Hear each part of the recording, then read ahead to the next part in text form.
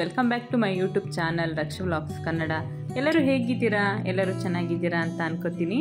ಇವತ್ತಿನ ವ್ಲಾಗ್ನ ನಾನು ಮಾರ್ನಿಂಗ್ ಸ್ಟಾರ್ಟ್ ಮಾಡ್ತಾ ಇದ್ದೀನಿ.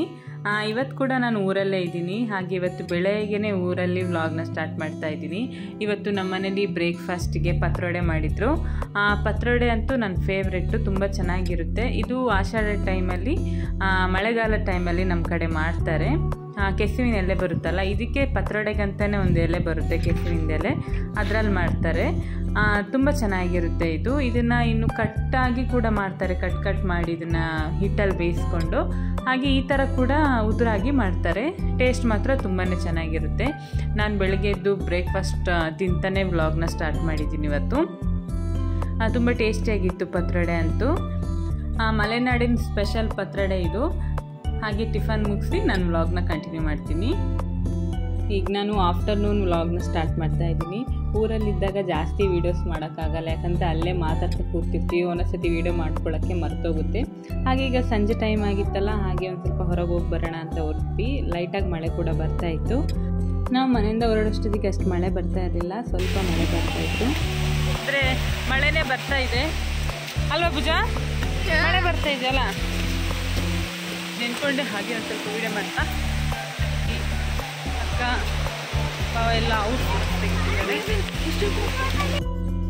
ಹೊರಗೆ ಹೋಗಿದ್ವಲ್ಲ, ಲಾಸ್ಟಿಗೆ ಜೋರಾಗಿ ಮಳೆ ಸ್ಟಾರ್ಟ್ ಆಗಿಬಿಡ್ತು. ಹಾಗಾಗಿ ಮಳೇಲಿ ಅಡ್ಡಾಡೋದು ಬೇಡ ಅಂತ ನಾವು ವಾಪಸ್ ಮನೆಗೆ ಬಂದ್ವಿ. ಮನೆಗೆ ಬಂದಮೇಲೆ ನನ್ನ ತಂಗಿಗೆ ಹೇಳ್ತಾ ಇದ್ದೆ ಮೆಹಂದಿ ಬಿಡಿಸ್ಕೊಡು ಅಂತ. ಅವಳು ಆಯಿತು ಮೆಹಂದಿ ಬಿಡಿಸ್ತೀನಿ ಅಂತ ಮೆಹಂದಿ ಬಿಡಿಸ್ತಾ ಇದ್ಲು. ನಾನು ನಾಳೆ ಊರಿಗೆ ಕೂಡ ಹೊರಟಿದ್ದೀನಿ. ಅದಕ್ಕೋಸ್ಕರ ಮೆಹಂದಿ ಹಾಕ್ಕೊಂಡೆ ಹೋಗೋಣ ಅಂತ ಮೆಹಂದಿ ಹಾಕ್ತಿದ್ದೆ. ನಾನು ಲಾಸ್ಟ್ ಟೈಮೇ ಹೇಳಿದ್ದೆ ನಂಗೆ ಮೆಹಂದಿ ಅಂದರೆ ಭಾಳ ಇಷ್ಟ ಅಂತ. ಅವಳು ಮೆಹಂದಿ ಹಾಕ್ತಾ ಇದ್ಲಲ್ಲ, ಅದ್ರ ವೀಡಿಯೋ ಕೂಡ ಒಂದು ಸ್ವಲ್ಪ ತೊಗೊಂಡೆ. ಹಾಗೆ ನನ್ನ ಅಕ್ಕನ ಮಗಳು ನೋಡ್ತಾ ಇದ್ಲು, ನನಗೂ ನೆಕ್ಸ್ಟ್ ಬಿಡಿಸು ಅಂತ ಹೇಳ್ತಾ ಇದ್ಲು. ಹಾಗೆ ಈಗ ಮೆಹಂದಿ ಕೂಡ ಆಯಿತು. ಹಾಗೆ ಫಿನಿಶ್ ಆಯ್ತಲ್ಲ, ಈಗ ಮೆಹಂದಿ ಕೂಡ ಲಾಸ್ಟಿಗೆ ಒಂದು ಸತಿ ತೋರಿಸ್ತಾ ಇದ್ದೆ. ನಾನು ನನ್ನ ತಮ್ಮ ಅಣ್ಣ ತಂಗಿ ಎಲ್ಲ ಸೇರಿ ಟೀಮ್ ಅಪ್ ಮಾಡಿ ಲೂಡೋ ಆಡೋಣ ಅಂತ ಮಾತಾಡ್ಕೊಂಡ್ವಿ. ಹಾಗಾಗಿ ಈಗ ನಾವೆಲ್ಲ ಟೀಮಾಗಿ ಲೂಡೋ ಆಡ್ತಾಯಿದ್ವಿ. ಲೂಡೋ ಆಡಿ ನಾನು ನನ್ನ ತಂಗಿ ಟೀಮೇ ವಿನ್ ಆಯಿತು. ಲೂಡೋ ಎಲ್ಲ ಆಡಿದ ಮೇಲೆ ವ್ಲಾಗ್ನ ಕಂಟಿನ್ಯೂ ಮಾಡೋಕ್ಕಾಗಲಿಲ್ಲ. ಹಾಗೆ ಈಗ ನಾನು ನೆಕ್ಸ್ಟ್ ಡೇ ವ್ಲಾಗ್ನ ಕಂಟಿನ್ಯೂ ಮಾಡ್ತಾಯಿದ್ದೀನಿ. ಮೆಹಂದಿ ಇಟ್ಟಿದ್ದು ಅಷ್ಟೇ, ತುಂಬ ಚೆನ್ನಾಗಿ ಕಲರ್ ಬಂದಿತ್ತು. ಹಾಗೆ ಇವತ್ತು ಬೆಳಗ್ಗೆ ನಾವು ಊರಿಗೆ ಕೂಡ ಹೊರಟ್ವಿ. ಬೆಳಗ್ಗೆ ಇವತ್ತು 6 ಗಂಟೆಗೆ ನಾವು ಊರಿಗೆ ಹೊರಟಿದ್ವಿ, ಬೆಳಗ್ಗೆನೇ. ಯಾಕಂದರೆ ಹಸ್ಬೆಂಡ್ ಡ್ಯೂಟಿಗೆ ಹೋಗೋಕ್ಕಿತ್ತು. ಹಾಗೆ ಬೆಳಗ್ಗೆನೇ ಬೇಗ ಹೊರಡೋಣ ಅಂತ 6 ಗಂಟೆಗೆ ಹೊರಟಿದ್ವಿ. ಊರಿಗೆ ಹೋಗೋತ್ತಿಗೆ ಖುಷಿಯಿಂದ ಊರಿಗೆ ಹೋಗ್ತೀವಿ, ಬರೋಷ್ಟೊತ್ತಿಗೆ ಬೇಜಾರಾಗುತ್ತೆ. ಹಾಗೆ ಅಲ್ವಾ, ಈಗ ಮಳೆ ಜೋರಿರೋದ್ರಿಂದ ಘಾಟ್ ಸೆಕ್ಷನಲ್ಲಿ ಹೋಗೋಕ್ಕೂ ಒಂದು ಸ್ವಲ್ಪ ಭಯ ಆಗುತ್ತೆ. ಯಾಕಂದರೆ ಗುಡ್ಡ ಎಲ್ಲ ಕುಸಿಯುತ್ತಲ್ಲ, ತುಂಬ ಇನ್ಸಿಡೆಂಟ್ ಆಗಿರೋದು ನೋಡಿದ್ದೀವಿ. ಹಾಗಾಗಿ ಸ್ವಲ್ಪ ಜಾಗ್ರತೆಯಿಂದ ಹೋಗಬೇಕು. ನಾವು ಬೆಳಗ್ಗೆ ಬೇಗನೆ ಹೊರಟಿರೋದ್ರಿಂದ ರೋಡ್ ಫ್ರೀಯಾಗೇ ಇತ್ತು, ಜಾಸ್ತಿ ವೆಹಿಕಲ್ಸ್ ಇರಲಿಲ್ಲ. ಮಾರ್ನಿಂಗ್ ಆಗಿರೋದ್ರಿಂದ ಸ್ವಲ್ಪ ಮಿಸ್ಟ್ ಜಾಸ್ತಿನೇ ಇತ್ತು. ನಾನು ಮಂಗಳೂರಿಗೆ ಹೋದ್ಮೇಲೆ ವ್ಲಾಗ್ನ ಕಂಟಿನ್ಯೂ ಮಾಡ್ತೀನಿ.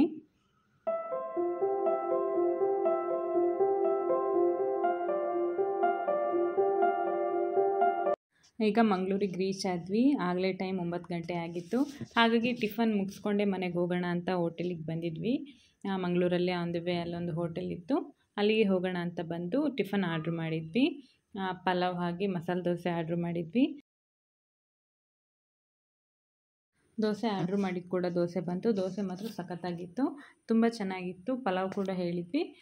ಪಲಾವ್ ಲೈಟಾಗಿ ಮಸಾಲ ಇತ್ತು, ಅದು ಕೂಡ ಓಕೆ, ಚೆನ್ನಾಗಿತ್ತು. ಹಾಗೆ ಇಲ್ಲಿಂದ ಟಿಫನ್ ಮುಗಿಸಿ ನಾವು ಡೈರೆಕ್ಟಾಗಿ ಮನೆಗೆ ಹೊರಟ್ವಿ.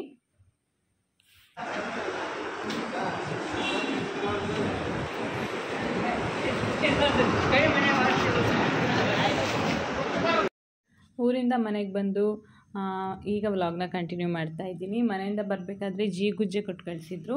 ಹಾಗಾಗಿ ಮಧ್ಯಾಹ್ನಕ್ಕೆ ಅಡುಗೆ ಆಗಬೇಕಿತ್ತಲ್ಲ, ಹಾಗಾಗಿ ನಾನು ಇವತ್ತು ಮಧ್ಯಾಹ್ನಕ್ಕೆ ಲಂಚ್ನ ಪ್ರಿಪೇರ್ ಮಾಡ್ತಾಯಿದ್ದೆ. ಇವತ್ತು ನಾನು ಮಧ್ಯಾಹ್ನ ಲಂಚ್ಗೆ ಇದೇ ಜೀಗುಜ್ಜೆಯಲ್ಲಿ ಸಾಂಬಾರು ಮಾಡೋಣ ಅಂತ ಎಲ್ಲ ಜೀಗುಜ್ಜೆನ ಕಟ್ ಮಾಡಿ ರೆಡಿ ಮಾಡಿ ಇಟ್ಕೊಂಡಿದ್ದೀನಿ. ನಾನು ಈ ಜಿಗುಜ್ಜಲ್ಲಿ ಸಾಂಬಾರು ಮಾಡಿಲ್ಲ, ಫಸ್ಟ್ ಟೈಮ್ ಮಾಡ್ತಾ ಇರೋದು. ಮದುವೆಗಿಂತ ಮುಂಚೆ ಮನೇಲಿ ಮಾಡ್ತಾಯಿದ್ರು, ಆವಾಗ ತಿಂದಿದ್ದೆ. ತುಂಬ ಚೆನ್ನಾಗಿರುತ್ತೆ ಈ ಜಿಗುಜ್ಜೆ, ಟೇಸ್ಟ್ ಚೆನ್ನಾಗಿರುತ್ತೆ. ಮಾಮೂಲಿ ನಾವು ಹಲಸಿನ ಗುಜ್ಜೆ ಸಾಂಬಾರು ಮಾಡ್ತೀವಲ್ಲ, ಅದು ಸ್ವಲ್ಪ ಗಟ್ಟಿಯಾಗಿ ಬರುತ್ತೆ. ಇದು ಸ್ಮೂತಾಗಿರುತ್ತೆ, ಒಳ್ಳೆ ಆಲೂಗಡ್ಡೆ ತಿಂದಂಗಿರುತ್ತೆ, ರುಚಿ ತುಂಬ ಚೆನ್ನಾಗಿರುತ್ತೆ. ಹಾಗೆ ಈ ಥರ ಸಣ್ಣ ಸಣ್ಣದಾಗಿ ಕಟ್ ಮಾಡಿ ಇಟ್ಕೊಂಡಿದ್ದೀನಿ. ಹಾಗೆ ನೀರಿಗಾಗಿ ಇಟ್ಕೊಂಡಿದ್ದೀನಿ, ಇಲ್ಲಾಂದರೆ ಅದು ಕಲರ್ ಚೇಂಜ್ ಆಗುತ್ತಲ್ಲ, ಹಾಗಾಗಿ ಈ ಜೀಗುಜ್ಜೆನ ಕಡಲೆಕಾಳು ಹಾಕಿ ಪಲ್ಯ ಮಾಡಿದರೂ ತುಂಬ ಚೆನ್ನಾಗಿರುತ್ತೆ. ನಮ್ಮ ಮನೇಲಿ ಇದೇ ಥರ ಜೀಗುಜ್ಜೆ ಪಲ್ಯ ಮಾಡ್ತಾರೆ, ತುಂಬ ರುಚಿಯಾಗಿರುತ್ತೆ. ಹಾಗೆ ನಾನೀಗ ಸಾಂಬಾರಿಗೆ ಮಸಾಲಾನ ಹುರ್ಕೋತಾ ಇದ್ದೀನಿ. ಈಗ ಮಸಾಲ ಕೂಡ ರೆಡಿಯಾಗಿದೆ. ಹಾಗೆ ನಾನು ಇನ್ನೊಂದು ಕಡೆ ಒಂದು ಪಾತ್ರೆಯಲ್ಲಿ ಎಣ್ಣೆ ಕಾಯಕ್ಕೆ ಇಟ್ಟಿದ್ದೀನಿ.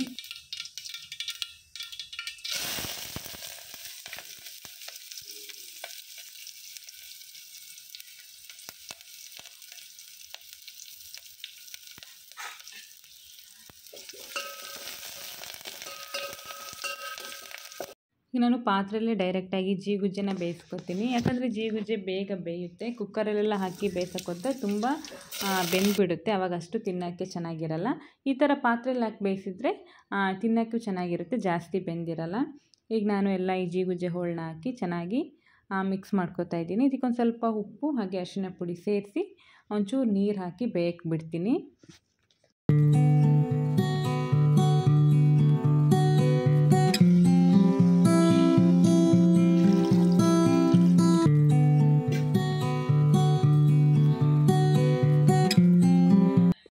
ಈಗ ಜೀಗುಜ್ಜೆ ಎಲ್ಲ ಒಂದು ಅರ್ಧದಷ್ಟು ಚೆನ್ನಾಗಿ ಬೆಂದಿದೆ.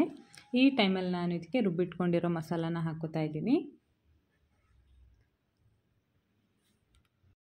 ಮಸಾಲ ಎಲ್ಲ ಹಾಕಿದ ಮೇಲೆ ಚೆನ್ನಾಗಿ ತಿರ್ಸ್ಕೊಂಡು ಇದಕ್ಕೆ ಎಷ್ಟು ನೀರು ಬೇಕು ಅಂತ ಹದ ನೋಡಿಕೊಂಡು ನೀರು ಮಿಕ್ಸ್ ಮಾಡಿಕೊಂಡು ಒಂದು 5 ನಿಮಿಷ ಬೇಯಿಸ್ಕೊಂಡ್ರೆ ಸಾಕು.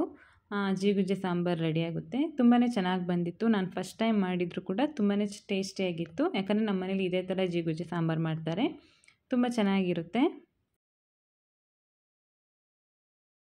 ಈಗ ಬಿಸಿ ಬಿಸಿಯಾಗಿ ಜೀಗುಜ್ಜೆ ಸಾಂಬಾರು ಕೂಡ ರೆಡಿಯಾಗಿದೆ. ಜೀಗುಜ್ಜೆ ಎಲ್ಲ ಚೆನ್ನಾಗಿ ಬೆಂದಿದೆ.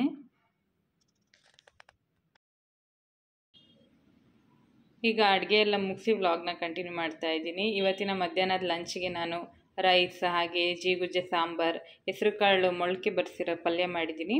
ಜೊತೆಗೆ ಒಂದು ಸ್ವಲ್ಪ ಸೌತೆಕಾಯಿ ಹಾಗೆ ಉಪ್ಪಿನಕಾಯಿ. ಇವತ್ತಿನ ಮಧ್ಯಾಹ್ನದ ಲಂಚ್ ನಮ್ಮ ಮನೇಲಿ ಇದು. ಸಾಂಬಾರು ತುಂಬ ಚೆನ್ನಾಗಿ ಬಂದಿದೆ. ನಾನು ಆವಾಗಲೇ ಒಂದು ಸ್ವಲ್ಪ ಟೇಸ್ಟ್ ನೋಡಿದೆ.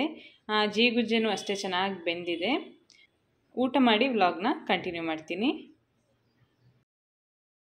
ಊಟ ಎಲ್ಲ ಮುಗಿಸಿ ವ್ಲಾಗ್ನ ಕಂಟಿನ್ಯೂ ಮಾಡ್ತಾ ಇದ್ದೀನಿ. ನನ್ನ ಹಸ್ಬೆಂಡ್ ಹೇಳ್ತಾಯಿದ್ರು ಸ್ವೀಟ್ ತಿನ್ನಬೇಕು ಅನ್ನಿಸ್ತಾ ಇದೆ ಅಂತ. ಹಾಗಾಗಿ ಜಾಮೂನ್ ಮಾಡೋಣ ಅಂತ ಜಾಮೂನೆಲ್ಲ ಹಿಟ್ಟನ್ನ ಕಲಿಸ್ಕೊಂಡು ಉಂಡೆ ಮಾಡಿ ಇಟ್ಕೊಂಡಿದ್ದೀನಿ. ಜಾಮೂನ್ ಅಂದರೆ ನನ್ನ ಹಸ್ಬೆಂಡಿಗೆ ತುಂಬಾ ಇಷ್ಟ, ಹಾಗಾಗಿ ಮಾಡ್ತಾಯಿದ್ದೆ ಜಾಮೂನ್ನೇ. ನಾನು ತಿಂತೀನಿ, ಆದರೆ ಅಷ್ಟು ಇಷ್ಟಪಟ್ಟೇನು ತಿನ್ನಲ್ಲ ಸ್ವೀಟ್ನ. ಹಾಗೆ ಈಗ ಒಂದು ಕಡೆ ಎಣ್ಣೆ ಕಾಯಕ್ಕೆ ಇಟ್ಟಿದ್ದೀನಿ.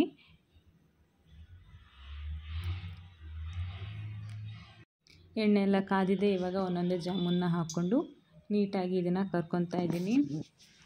ಊರಿಂದ ಬಂದಮೇಲೆ ಅಂತೂ ಇಲ್ಲಿರೋಕ್ಕೆ ಬೋರ್ ಆಗುತ್ತೆ. ಯಾಕಂದರೆ ನಮ್ಮ ಮನೇಲಿ ತುಂಬ ಜನ, ಅದಕ್ಕೆ ಬಂದಮೇಲೆ ಒಂದು ಸ್ವಲ್ಪ ಬೋರ್ ಆಗುತ್ತೆ. ಏನೂ ಮಾಡೋಕ್ಕಾಗಲ್ಲ. ಬಂದಮೇಲೆ ನಮ್ಮ ರೂಟೀನ್ನ ನಾವು ಫಾಲೋ ಮಾಡ್ತಾ ಹೋಗಬೇಕು. ಹಾಗೆ ಈಗ ಜಾಮೂನ್ ಕೂಡ ರೆಡಿ ಆಯಿತು. ಜಾಮೂನ್ ಕೂಡ ತುಂಬ ಚೆನ್ನಾಗಿ ಬಂದಿದೆ. ಹಾಗೆ ಇವತ್ತಿನ ವ್ಲಾಗ್ನ ನಾನು ಇಲ್ಲಿಗೆ ಎಂಡ್ ಮಾಡ್ತಾ ಇದ್ದೀನಿ. ಹಾಗೆ ಇನ್ನೂ ನನ್ನ ಯೂಟ್ಯೂಬ್ ಚಾನಲ್ನ ಸಬ್ಸ್ಕ್ರೈಬ್ ಮಾಡಿಲ್ಲ, ಪ್ಲೀಸ್ ಸಬ್ಸ್ಕ್ರೈಬ್ ಮಾಡ್ಕೊಳ್ಳಿ. ನೆಕ್ಸ್ಟ್ ವಿಡಿಯೋದಲ್ಲಿ ಸಿಗ್ತೀನಿ. Thank you. Keep watching.